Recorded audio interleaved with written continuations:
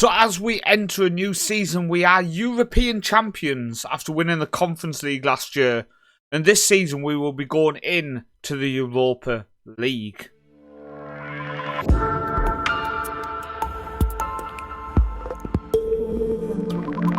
So welcome into a new season, welcome into a new episode of this series with Boavista. And I want to say thank you for your continued support. And I do want to show you what I've just picked up. So as you guys know, if you are a member of the channel, if you hit that join button below and you pay the monthly subscription, etc., them kind of things like Patreon and the YouTube subscription, them things go towards improving my setup. And I've just picked up mounts for my monitors. Now the reason behind that is I make a lot of notes. I have my notebook here, which I can show you the notes that I put together for the last video about Liechtenstein, a nation without a league system. And when I make a note, when I'm recording with microphone in front of me and stuff, my screens were taking up space on the desk. So I've now picked up some mounts. So now my screens are lifted and there's more space on the desk. So them kind of things are what your contribution goes towards, funding them kind of things without my wife killing me. So we're going to recap the summer window so far and play the opening game of the league season. We have 21 million in the bank. We've made 4.2 million this season so far. You can see we are spending 114k a week, a lot more than last season. I am interested to see where we are on the wage expenditure in the league. We still have 3.7 million to spend, and I'm looking for a couple of positions still, so we will obviously get into that. So first off, transfers then. Let's have a look and see exactly what we have done. So we've spent 4 million and we've recouped 6.25, so we are actually in profit. So first off, Ugara, the backup goalkeeper we picked up last season, has gone for 130k to another club in Portugal. That was the reason I let him go for so little. We obviously replaced him with a new backup goalkeeper, so we let him go. Kevin Ethelers, which I'm very sad about losing him.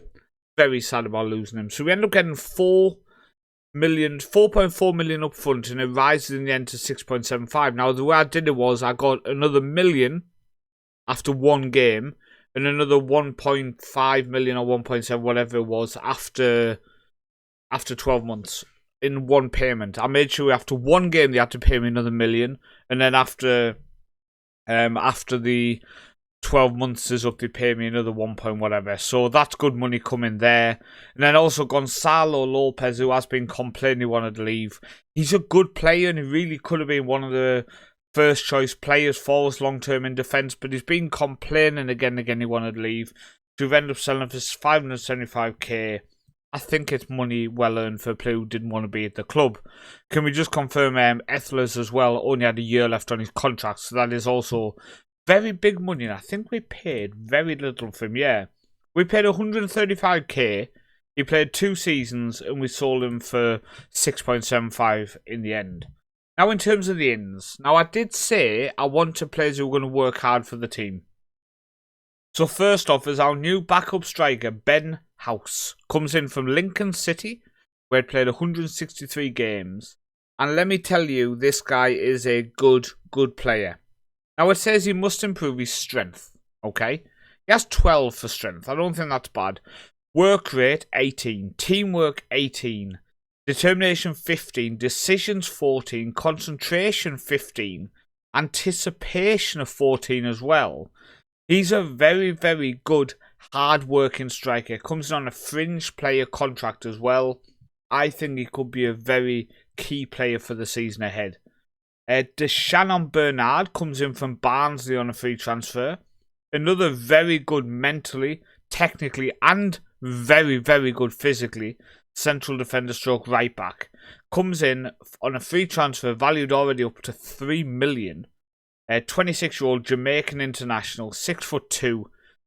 I'm really pleased with him. I really am pleased with him. I think he's a very solid player. Next one is our new backup goalkeeper. A 19-year-old Dutch goalkeeper. Really pleased with him. I think he'll be a very solid addition to the squad. Bakar Toure comes in from Moreirense for 950k.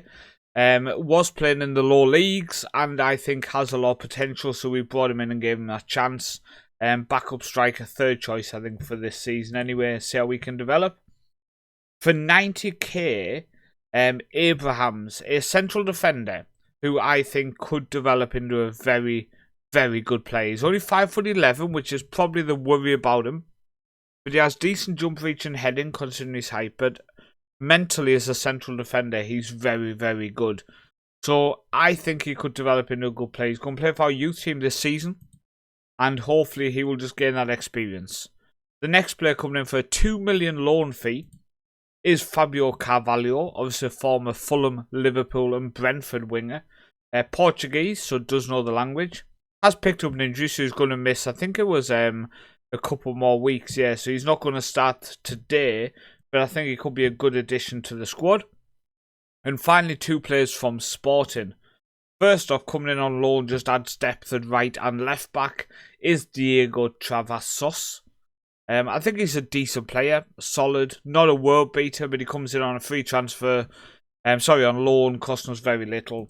And finally, for 950k, I didn't plan on bringing him back, but Vassberg joins us again, and this time on a full-time contract, 950k, valued up 2.5 million now. 7 goals in 24 league games last season. He does like big matches and stuff. We needed players with flair. We have all them hard-working players. We needed players who can maybe offer that little bit of flair. And Vassberg can do that. And we had the money available, especially after the Ethler's sale. So we've ended up doing that and bringing him in.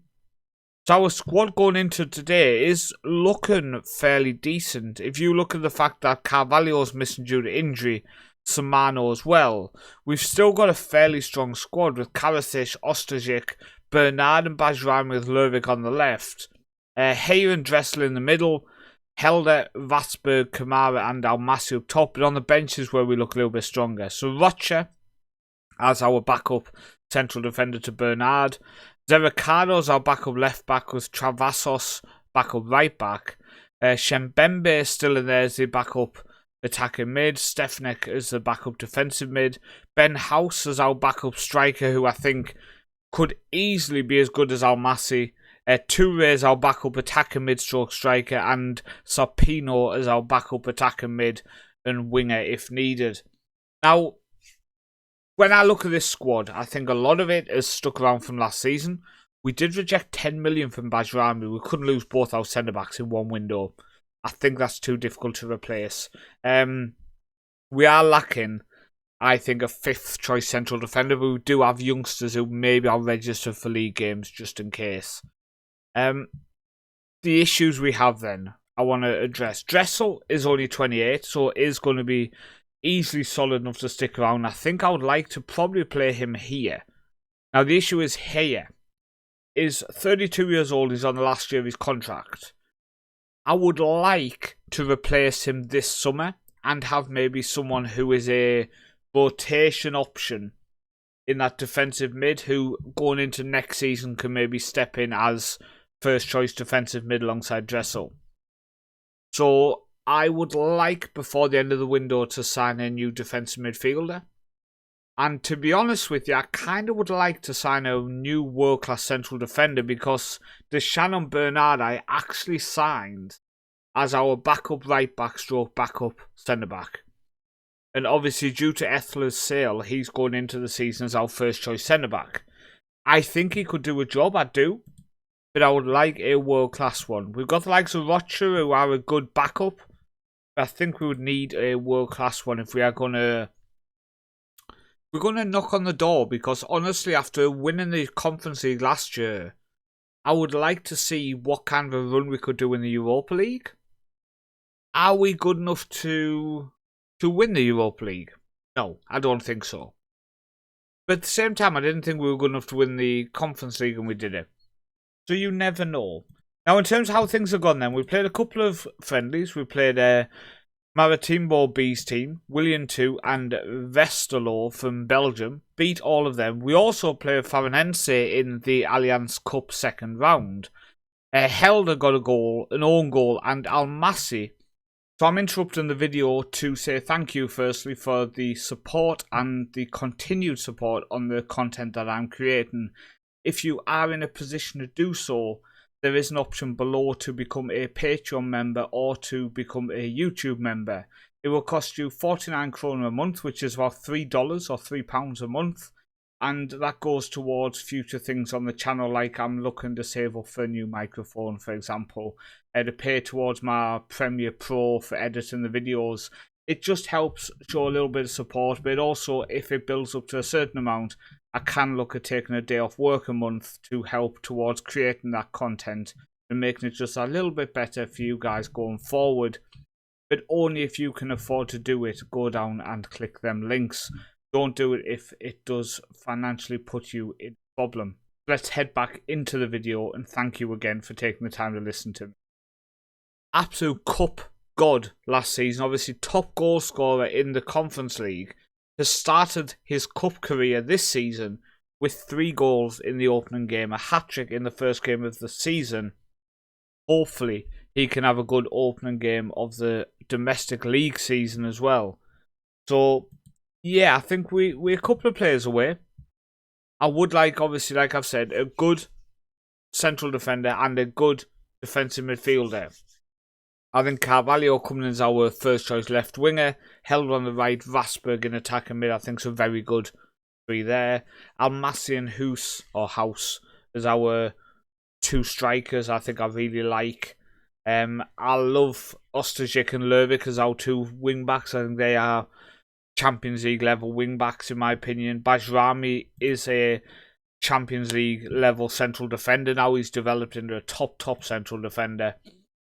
So we getting there. Karasic maybe long term isn't a world beaten goalkeeper, but he has just agreed a new deal. 12k a week, one of our highest earners, but that was because picking up top goalkeepers is not easy. So I would rather have him secured for a couple of years on a high contract, to be honest with you. So let's get into today's live comment and see how we look on the opening game of the season. Everything is set up, everything's ready to go. The number for Vasberg, he can be number 20. I want to save number 10 for a striker, technically. I mean, we don't have one coming in, but I would like to keep it. We have to win our home games, no excuses. And that's the attitude I'm going with this year. My attitude this year is we should be knocking on the door of the top 3. And to do that, we need to win all our home games and we need to know that we are good enough to win all our home games. We need to go into them with that mentality that we are better. We've had 2 5th place finishes in a row. I think now it's time to get top 3. As they are in again. And we go 1-0 down. Did I just jinx it? I mean, starting the season with a defeat is not the best way to start a season. And conceding first is definitely not the best way to start. Just going to switch us to attacking just to be a bit more offensive here because we need to try to get back into this as quick. But Porto losing 2-0, by the way. The opening day of the season is throwing a couple of shocks. Braga are losing, or have lost, sorry. There's some strange results so far in the league. Right, here now. Can we actually have a highlight? We played forward to Kamara. He goes out wide to Lervik. Lervik now. Opening day ball across. Vasberg tucks it away. Nicholas Jensen Vasberg, after being on loan last season, has joined the club for under £1 million. And he gets a goal on the opening day. And Lervik continues how he was doing last season with an assist on the opening day. Come on. These are the games though where, like I said, I want to get top 3. So when Braga and Porto are potentially losing on the opening day, we need to get 3 points ahead of them. Get 3 points ahead of them early, start propelling ourselves up the table. That's what we need to be doing in these situations. It's time for everyone to give what they can. I'm looking down at the ratings of people. Kamara's at a 6.3. Almasi at a 6.5. Them 2 players specifically need to step up. Lervik puts in back post. 2 assists on the opening day for Lervik. from left back. Helder with the header. We did also reject 9.5 million for Helder over the summer. So 2 big bids for Bajrami and Helder, but both have agreed to stick around as well. So hopefully them guys are going to help us go to that next level. So Almasi and Kamara, I think, are struggling. So we are going to bring on, I think, we're going to give, I think, Shembembe a run from the left wing and Almasi off for Ben House. Ben House, what's his height? 5'10". So I think what I would like to do is look at them low crosses now he's coming on the pitch. But I just wonder, maybe Shembembe coming off the wing does free up the chance to maybe be able to play Shembembe and Vassberg in the same squad. Shembembe now, though, goes across to Heyer, strikes it. Oh! An assist coming off the bench for Shembembe would have been very nice to see. As Porto are still losing. Braga definitely have lost because they're not currently playing. So their game must have already been finished. Sporting and Benfica won, both by 2 goals. So, come on. By Lervig to Helder, back to Lervig. Goes to Bajrami. To the back post, Shembembe. It looks like it just bounced off the back of his head. We are going to just look at making a couple of changes. Fresh legs at both fullback positions, always important. So, Ricardo and I think Travassos can come on for a debut. And I think Stepanek on for Hayes on a yellow, move Dressel into that supporting role. Fresh legs in that defensive midfield and both fullbacks I think could be crucial to us getting over the line here. Oh, Dressel's missed the header. Storiso driving forward. Ball across, it's a goal. It's a goal. We definitely need the changes now. Them fresh legs definitely need to be on. It's Boavista 2. Family Shao 2. And I have to say, I'm very shocked. But at the same time, almost not surprised because I don't think we've ever looked our best. We sometimes get results early in the season, but every season we've took a few games to get going. Right, Bernard, come on. Still 5 minutes plus added time to go. Travassos driving forward. Goes across to Ricardo. Got the ball down the wing if you need it. Shembembe now. Ball in house. Oh! He's got to be putting that in the back of the net. He has to be putting that in the back of the net. Oh my days. Hopefully we get another chance before the end of the game because that was a big chance. Just gonna give a shout. Oh no. Oh, we are losing. Oh, the linesman's flag hasn't gone up, so I think the goal's going to be given. Normally when it goes to VAR, if the flag goes up, you know it's offside. If the flag doesn't go up, the goal's given. And we're losing. We are 3-2 down on the opening day. And we have lost the game.